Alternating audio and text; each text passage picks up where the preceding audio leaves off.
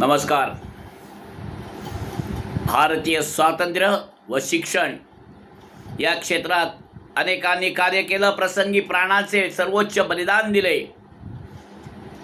अशाच क्रांतिकारकांची कथा परिचय आज आपण करून घेणार आहोत. राजस्थानच्या डुंगरपूर संस्थानावर इंग्रजांचं राज्य सुरू झालं. 15 ऑगस्ट 1947ला भारत स्वतंत्र झाला, पण त्यापूर्वी 55 दिवस अगोदर त्या डुंगरपूर राज्यातील राष्ट्रपाल वागड गावातील शाळा बंद करण्यासाठी ब्रिटिशांच्या आदेशाने डुंगरपूर रियासतीचे पोलीस पोचले. सेंगाबाई नावाचे शिक्षक आणि त्यांचे सहकारी नानाबाई खांट यांना ती शाळा बंद करण्यासाठी ब्रिटिशांनी आदेश दिला.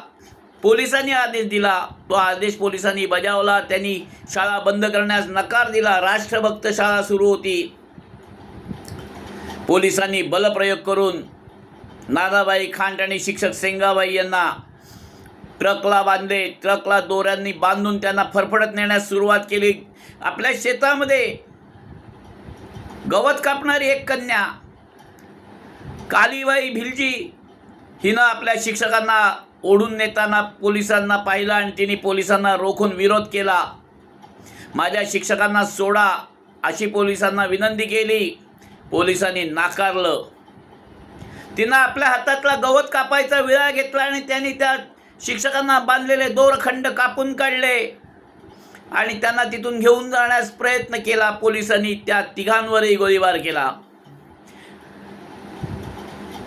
19 जून 1947 रोजी 13 वर्षाची कालीबाई भिल, नानाबाई खांट आणि शिक्षक सेनाबाई या तिघांनी आपले बलिदान दिले. काशीबाई भिलजी, नानाबाई खांट आणि सेगाबाई यांच्या हौतात्म्य दिनी त्यांना विनम्र अभिवादन. स्वातंत्र्य लक्ष्मी की जय.